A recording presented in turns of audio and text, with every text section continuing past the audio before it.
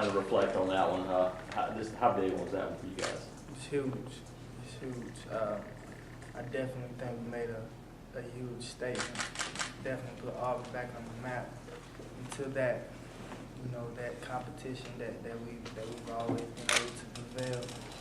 You know what I mean? Win big games. And I think we put ourselves back on the map. It says a lot. It's going to do a lot for our confidence. So. Dee, it's fourth down, and just kind of go through your thought process at that point on last drive, and then what happened?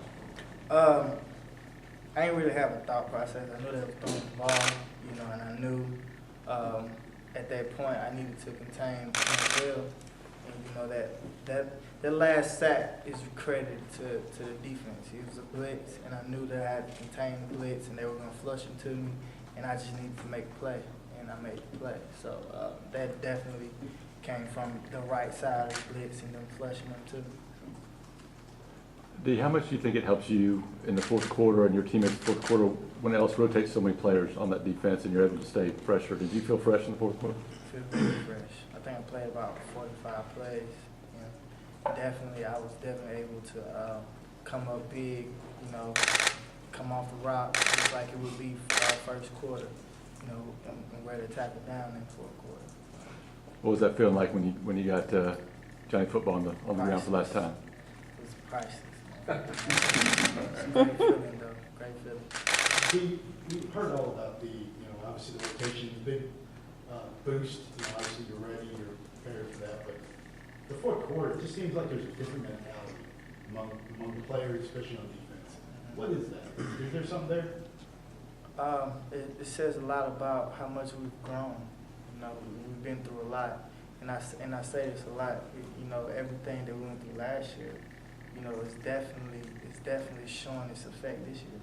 When you prevail through a season like that, when you persevere through a season like that, you've been through nothing worse. In the fourth quarter, we just look at each other like our backs is against the wall. We've been through worse, and we definitely try to deliver in the fourth quarter.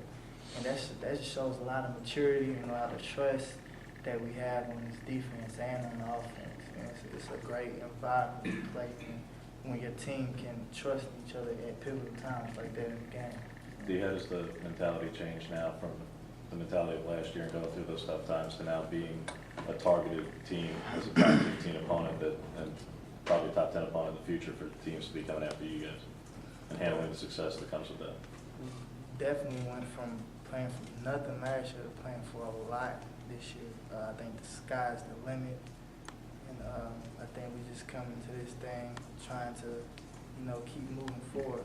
The hardest thing to do is to stay consistent when you definitely win, and especially when you beat a great team like Texas A&M and stop a great quarterback like Menzel, coming into the next week playing a team like Florida Atlantic, trying to keep our composure and keep our focus and just keep moving forward. But it's definitely, a great feeling moving forward. Definitely a big difference from this year and last year. Can you talk about if y'all as a team even expected kind of this quick of a turnaround? Did we expect this? Yeah, like you as a team. Yeah, definitely. And I said it during media days. We're definitely trying to. It's a new day. We're not worried about last year. We would definitely come into every game trying to win every game. We would play every game to win it. And I think people really understand that we really mean business when we say that. It's a new day. We're the same players, but different team from last year. So, it's that we expected this, and we're just gonna keep moving forward. As a player, today the jump 13 spots, 8 people. BCS is probably coming out 15 minutes. Who knows where you're going to be after the big win. So, as players, do y'all look at that? Do y'all kind of try to achieve certain things with the polls and BCS rankings and all that? Of course you look at it, and you can't help but hear about it. From fans. Twitter with our social media. We try to block it out, but I think I would be lying if I told you I didn't look and see that we're number 11 in the nation. You know what I mean? That's pretty huge. But we definitely want to enjoy the moment, enjoy the feeling, but, you know, kind of just move forward and just know that this is only temporary. It's only temporary. We just got to keep working and like I said, stay focused, keep our composure, keep working in practice. Miles done said we're not going to do anything different. We're going to keep doing the things that we've been doing to get us to this point. We're not going to change anything. We're just going to keep moving forward and keep fighting. Dee, would it also be lying if you said you didn't know that Texas A&M was ranked ahead of you guys in the coaches poll? You gonna make me answer.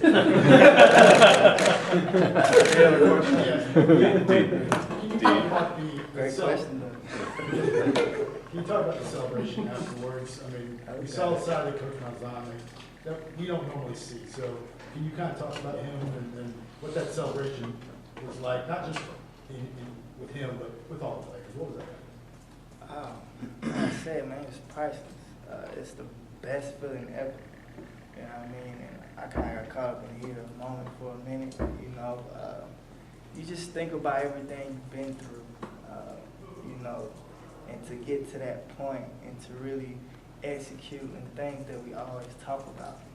And it's just kind of reveals to us everything when you listen and you buy in and just play like you know you can play at the levels you can play, man. It's a great feeling to really, you know, persevere, especially in a hard circumstance like that. We're in College Station, our second big away game, and after we played an egg, the first big away game.